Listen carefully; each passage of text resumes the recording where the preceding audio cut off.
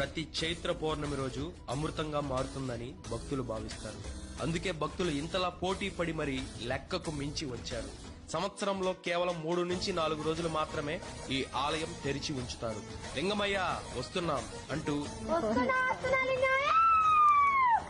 దర్శించుకొని వెళ్తున్నప్పుడు లింగమయ్య మళ్లీ వస్తాం అంటూ చెప్పుకుంటూ వెళ్తారు.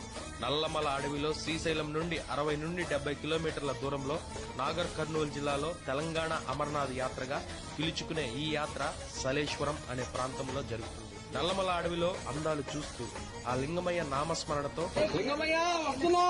దర్శనం కోసం బారులు తీరిన భక్తులతో అదొక రకమైన అనుభూతి. లైఫ్ లో ఒక్కసారైనా చూడాల్సిన ప్రదేశాల్లో ఈ సలేశ్వరం కూడా ఒక్కటి. ఇక్కడ లింగమయ్యని దర్శించుకున్న వారు వచ్చాం లింగమయ్య అని, నెక్స్ట్ ఖచ్చితంగా వెళ్ళాలి అనుకున్న వాళ్ళు వస్తాం లింగమయ్య అని కామెంట్ చేయండి. ఫుల్ లెంత్ వీడియో చూడాలనుకున్న వాళ్ళు డివోషనల్ దినేష్ అనే మన యూట్యూబ్ ఛానల్ ని సబ్స్క్రైబ్ చేసుకోండి. ఈ రీల్ ని మీ ఫ్యామిలీ అండ్ ఫ్రెండ్స్ కి షేర్ చేసి మరిన్ని అప్డేట్స్ కోసం మన ఛానల్ ని ఫాలో చేయండి. ఓం నమః శివాయ.